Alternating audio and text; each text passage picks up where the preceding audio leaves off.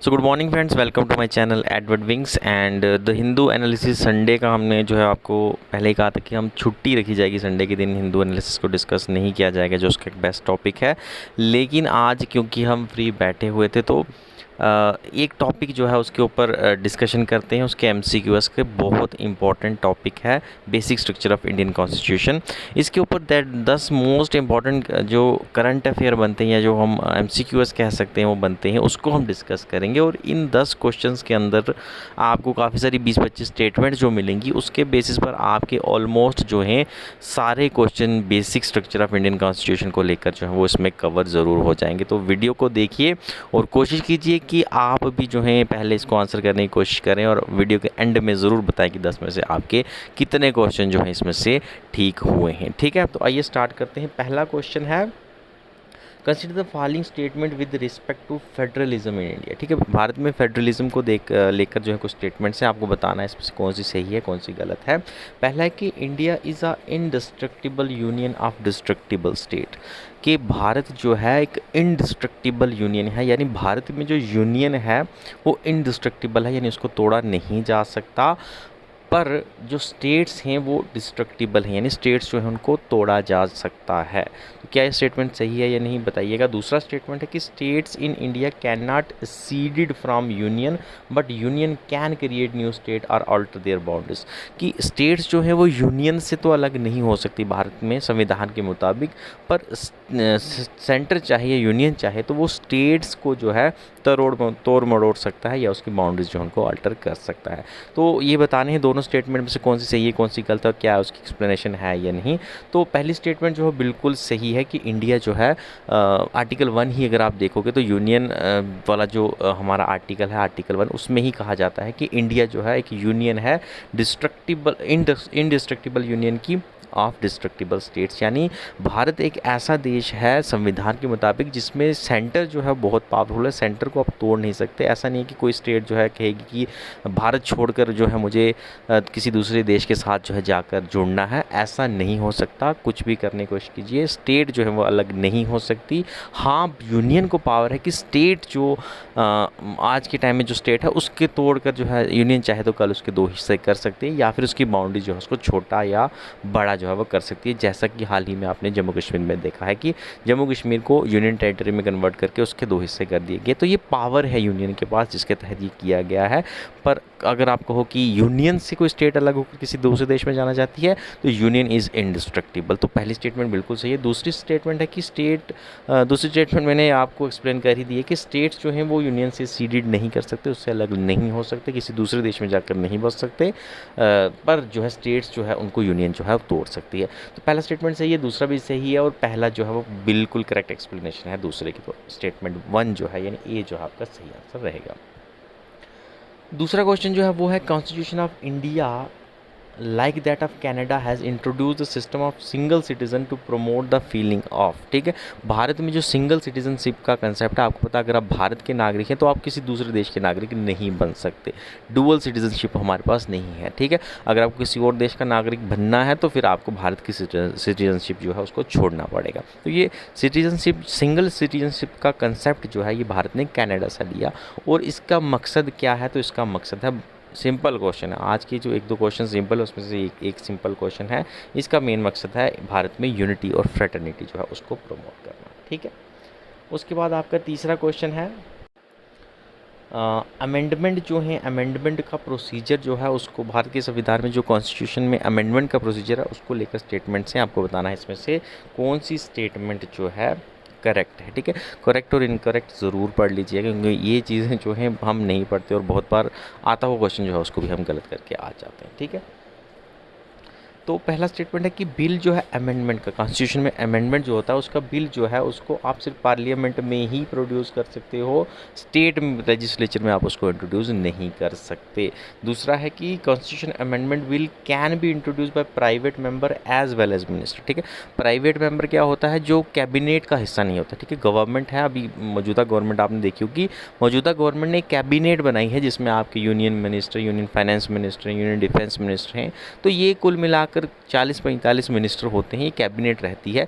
ये कैबिनेट का अगर कोई मेंबर जो है बिल प्रोड्यूस कर रहा है तो उसको गवर्नमेंट मेंबर जो है उसको हम मिनिस्टर कहते हैं। मिनिस्टर के द्वारा जो है बिल किया गया है इंट्रोड्यूस। और इन कैबिनेट मेंबर्स के अलावा अगर कोई भी चाहे रूलिंग पार्टी का कोई मेंबर हो जो कि कैबिनेट में नहीं है, वो बिल इंट्रोड्यूस करे या फिर अपोजिशन में से भी कोई बिल इंट्रोड्यूस करे तो उसको हम प्राइवेट मेंबर बिल कहेंगे। ठीक है, तो कॉन्स्टिट्यूशन अमेंडमेंट का बिल क्या है, ये स्टेटमेंट कह रही है कि प्राइवेट मेंबर भी इंट्रोड्यूस कर सकता है और मिनिस्टर भी कर सकते हैं। ठीक है, दूसरा स्टेटमेंट है। तीसरा है कि constitutional amendment bill can not be introduce in parliament without the prior permission of president, कि प्रेसिडेंट की परमिशन के बिना आप कॉन्स्टिट्यूशन अमेंडमेंट बिल जो है पार्लियामेंट में नहीं ला सकते। तो तीनों में से कौन सी स्टेटमेंट सही है? तो पहली स्टेटमेंट बिल्कुल सही है कि सिर्फ पार्लियामेंट में ही आप अमेंडमेंट का जो है कॉन्स्टिट्यूशन अमेंडमेंट बिल ला सकते हैं। स्टेट लेजिस्लेचर को कोई पावर नहीं है कि वो पार्लियामेंट को अमेंड कर सके या कॉन्स्टिट्यूशन को अमेंड कर सके। ठीक है, दूसरा स्टेटमेंट भी बिल्कुल सही है कि constitutional amendment bill private member भी इंट्रोड्यूस कर सकते हैं, मिनिस्टर भी इंट्रोड्यूस कर सकते हैं। हाँ, मिनिस्टर जब इंट्रोड्यूस करते हैं उसके पास होने के चांसेस ज़्यादा रहते हैं। प्राइवेट मेंबर बिल जो है उसके चांसेस कम रहते हैं, क्योंकि वो रूलिंग पार्टी के मेंबर कम ही लाते हैं। अपोजिशन के मेंबर अगर कोई लाएगा तो उसके पास मेजॉरिटी नहीं होगी, तो उसके पास होने के चांसेस कम रहते हैं, लेकिन इंट्रोड्यूस जो है वो कोई भी कर सकता है। तीसरा स्टेटमेंट बिल्कुल गलत है, क्योंकि कॉन्स्टिट्यूशनल अमेंडमेंट बिल जो है उसको प्रेसिडेंट की रिकमेंडेशन की ज़रूरत नहीं होती। वो कोई भी बिना प्रेसिडेंट की परमिशन के भी जो है आप उसको पार्लियामेंट में इंट्रोड्यूस कर सकते हो। हाँ, जब वो पास हो जाएगा, उसको पास होने के बाद दोनों सदनों में जब पास हो जाता है उसके बाद जो है परमिशन ज़रूरत होती है, जिसमें प्रेसिडेंट नोट देता है फाइनल। हाँ, इसकी जगह जो है मनी बिल होता तो मनी बिल को इंट्रोड्यूस करने से पहले जो है वो प्रेसिडेंट की परमिशन चाहिए होती है। ठीक है, तो ओनली टू दो ही स्टेटमेंट जो है वो सही है। ठीक है, ओनली टू मतलब पहले दो या कोई दो स्टेटमेंट जो है सही है। ठीक है, ये चीज़ पैटर्न है, यूपीएससी का भी पैटर्न यही है, आपके स्टेट पीसीएस का पैटर्न भी मोस्टली यही है। इसको ज़रूर जो है याद रखिएगा। वो पहले वाली चला गया 1 and 2, 2 and 3, वो पैटर्न अब बड़ा कम आ रहा है। ठीक है, तो इस पैटर्न पर आप जो है सॉल्व करने की कोशिश कीजिएगा। चौथा क्वेश्चन है आपका, कुछ स्टेटमेंट्स हैं, इसमें बताना है कौन सी स्टेटमेंट आपको सही लग रही है। आर्टिकल 368 जो है उसमें सिर्फ प्रोसीजर बताया गया है कॉन्स्टिट्यूशन को अमेंड करने का, बल्कि पावर जो है वो नहीं बताएगी कि पार्लियामेंट के पास पावर क्या है, ये नहीं बताया गया। लेकिन जो है प्रोसीजर जो है सिर्फ बताया गया है। ये स्टेटमेंट कह रहा है, क्या ये सही है ये नहीं, हम देखेंगे। दूसरा कि प्रोसीजर जो है अमेंडमेंट की इंडियन कॉन्स्टिट्यूशन में is flexible as compare to US but more rigid than that of UK. तो ये स्टेटमेंट जो है ये भी आप बताइएगा सही है कि नहीं। तो पहला स्टेटमेंट जो है वो बिल्कुल गलत है, क्योंकि आर्टिकल 368 में प्रोसीजर के बारे में भी बताया गया है और पावर के बारे में भी बताया गया। ठीक है, तो पार्लियामेंट के पास पावर भी है, पार्लियामेंट को प्रोसीजर भी जो है वो गाइड करता है आर्टिकल 368। ठीक है, और दूसरा स्टेटमेंट जो है वो सही है कि प्रोसीजर जो है भारत के संविधान को बदलने का या अमेंड करने का प्रोसीजर जो है वो यूएस के मुकाबले आसान है। आगे हम देखेंगे कैसे आसान है, इसके ऊपर भी क्वेश्चन है। यूएस में काफ़ी हार्ड प्रोसीजर है, यानी वहाँ पर जो कॉन्स्टिट्यूशन को अमेंड करना जो है वो ज़्यादा मुश्किल है एज़ कम्पेयर टू भारत। लेकिन भारत के मुकाबले अगर आप यूके में देखोगे तो यूके में और ज़्यादा फ्लेक्सिबल है। भारत में यूके के मुकाबले जो है वो ज़्यादा रिजिड है, लेकिन यूएस में जो है भारत के मुकाबले ज़्यादा रिजिड है। तो आंसर जो है इसका वो रहेगा 2।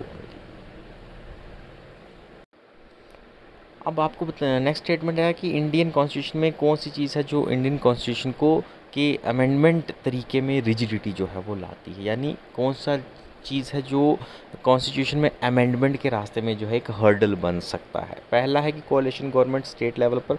देखिए, सबसे पहले तो अगर पार्लियामेंट में कॉन्स्टिट्यूशन जो है वो बदला जा सकता है, स्टेट लेजिस्लेचर में कुछ भी हो, कोalition हो या जो मर्जी हो, वो मैटर नहीं करती। हाँ, सेंटर के लेवल पर अगर कोalition होगी वो ज़रूर हर्डल ला सकती है, लेकिन स्टेट लेवल पर कोalition जो है वो अमेंडमेंट में या कॉन्स्टिट्यूशन के अमेंडमेंट में कोई जो है हिस्सा नहीं लेगी। तो पहला स्टेटमेंट आपका गलत है। दूसरा है बेसिक स्ट्रक्चर ऑफ डॉक्ट्रिन। बिल्कुल, बेसिक स्ट्रक्चर ऑफ डॉक्ट्रिन जो है ये ज़रूर हर्डल आती है, क्योंकि बेसिक स्ट्रक्चर ऑफ डॉक्ट्रिन में ही ये बताया जाता है कि कौन सी चीज़ें हैं जिसको आप अमेंड कर सकते हैं, कौन सी चीज़ें जो है अमेंड नहीं कर सकते। तो ये हर्डल आती है। काफ़ी सारी चीज़ें जो कई बारी अमेंड होती हैं उसको कोर्ट केस के थ्रू कहा जाता है कि ये बेसिक स्ट्रक्चर का हिस्सा है, इनको आप अमेंड नहीं कर सकते, और लास्ट में कोर्ट जो है उसको स्ट्रक डाउन कर देता है। ठीक है, और तीसरा है डिक्रीज़ पार्लियामेंट प्रोडक्टिविटी, यानी पार्लियामेंट में अगर काम जो है वो कम हो रहा है, उसके सेशन कम लिए जा रहे हैं, तो क्या उससे अमेंडमेंट के तरीके में कोई हर्डल आ सकती है, अमेंडमेंट करने में कोई हर्डल आ सकती है? कम भी चलेगा, एक दिन में भी आजकल बिल पास हो जाता है, तो इसको भी जो है हम हर्डल नहीं मान सकते। पहला भी गलत है, तीसरा भी गलत है, दूसरा जो है वो आपका सही है, यानी ओनली 1। ठीक है। ओनली वन मतलब एक ही स्टेटमेंट सिर्फ सही है, ठीक है, कोई भी एक हो सकता है, पहला दूसरा तीसरा कुछ भी हो, ओनली वन। नेक्स्ट क्वेश्चन है, कुछ स्टेटमेंट दिए गए, आपको बताना है कौन सा स्टेटमेंट सही है। जुडिशियल रिव्यू जो है is an element of basic structure of Indian constitution, ठीक है, बेसिक स्ट्रक्चर का पार्ट है जुडिशियल रिव्यू, बिल्कुल सही जो है स्टेटमेंट है। दूसरा है कि 42nd अमेंडमेंट एक्ट जो है 1976 में वो पार्लियामेंट में लाया गया ताकि जो है उस एक्ट के द्वारा एब्सोल्यूट पावर जो है वो दी गई कॉन्स्टिट्यूशन को बदलने की, पार्लियामेंट को एक अंधाधुन हम कह सकते हैं कि पावर दे दी गई कि आप जो है कॉन्स्टिट्यूशन का कोई भी हिस्सा जो है वो आप बदल सकते हैं, आपको फुल पावर है। ये संविधान के 647 अमेंडमेंट एक्ट के द्वारा पार्लियामेंट को पावर दे दी गई, ये भी बिल्कुल सही जो है ये स्टेटमेंट है, ये भी सही है, ये भी सही है। तीसरा है कि in SR Bommai case the supreme court invalidated certain provision of 42nd amendment as it exclude judicial review. और SR बोम्मई केस जो है उसमें सुप्रीम कोर्ट ने कहा कि जो 42nd अमेंडमेंट एक्ट है ये इसके कुछ प्रोविज़न जो है बहुत गलत हैं क्योंकि इसमें जुडिशियल रिव्यू का प्रोविज़न नहीं था। तो क्या ये SR बोम्मई केस में हुआ था? तो ये बिल्कुल गलत स्टेटमेंट है, ये जो है आपकी मिनर्वा मिल केस में हुआ था, ठीक है। मिनर्वा मिल केस जो है उसमें जो है सुप्रीम कोर्ट ने कहा था कि जो संविधान एक्ट जो है 42nd अमेंडमेंट एक्ट ये जो है इसको इनवैलिडेट किया, इसकी कुछ सेक्शंस को इनवैलिडेट किया क्योंकि इसमें जुडिशियल रिव्यू का प्रोविज़न नहीं रखा गया था, ठीक है। तो कौन सी स्टेटमेंट सही है? तो ओनली टू, यानी पहली और दूसरी दो स्टेटमेंट जो इसमें सही है। नेक्स्ट क्वेश्चन है कि जब आपका 9th शेड्यूल है वो जब इंट्रोड्यूस किया गया तब प्राइम मिनिस्टर कौन थे? तो आपका 9th शेड्यूल जो है वो फर्स्ट अमेंडमेंट एक्ट के द्वारा जो है इंट्रोड्यूस किया गया, 1951 की ये बात है, और उस टाइम जो आपके जवाहरलाल नेहरू जी प्राइम मिनिस्टर थे। नेक्स्ट क्वेश्चन काफ़ी इंटरेस्टिंग है। पहली स्टेटमेंट है कि in IR Coelho case 2017 supreme court allowed judicial review of law falling under 9th schedule, की 9th शेड्यूल जब बनाया गया फर्स्ट अमेंडमेंट एक्ट के द्वारा तो उसमें ये कहा गया, पार्लियामेंट ने ये कहा कि 9th शेड्यूल में हम कोई भी कानून रखेंगे उसकी जुडिशियल रिव्यू नहीं हो सकता। लेकिन बाद में जो है 2007 में IR कोहिलो केस जो है सुप्रीम कोर्ट में हुआ और तब सुप्रीम कोर्ट ने कहा नहीं, 9th शेड्यूल में अगर कोई भी 9th शेड्यूल में अगर आप एक्ट लाते हो तो उसकी जुडिशियल रिव्यू जो है वो ज़रूर होगी अगर ज़रूरत पड़ेगी तो, ठीक है।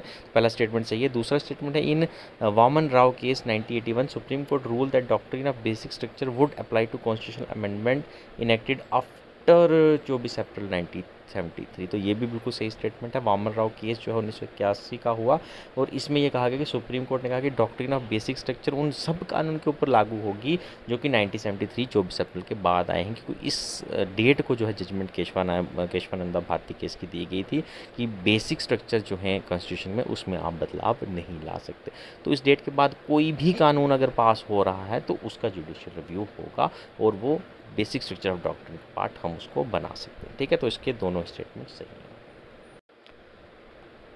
नेक्स्ट क्वेश्चन है आपका कि स्टेटमेंट बतानी है करेक्ट कौन सी है। In India only parliament can propose amendment to constitution but in USA state can also propose such amendment, कि भारत में सिर्फ यूनियन गवर्नमेंट है वो ही कॉन्स्टिट्यूशन में अमेंडमेंट ला सकती है, पर अमेरिका में स्टेट्स जो हैं वो भी चाहे तो सेंटर के कॉन्स्टिट्यूशन में या यूनियन के कॉन्स्टिट्यूशन में अमेंडमेंट के लिए जो है प्रपोजल दे सकती है। क्या स्टेटमेंट सही है? बिल्कुल सही स्टेटमेंट है।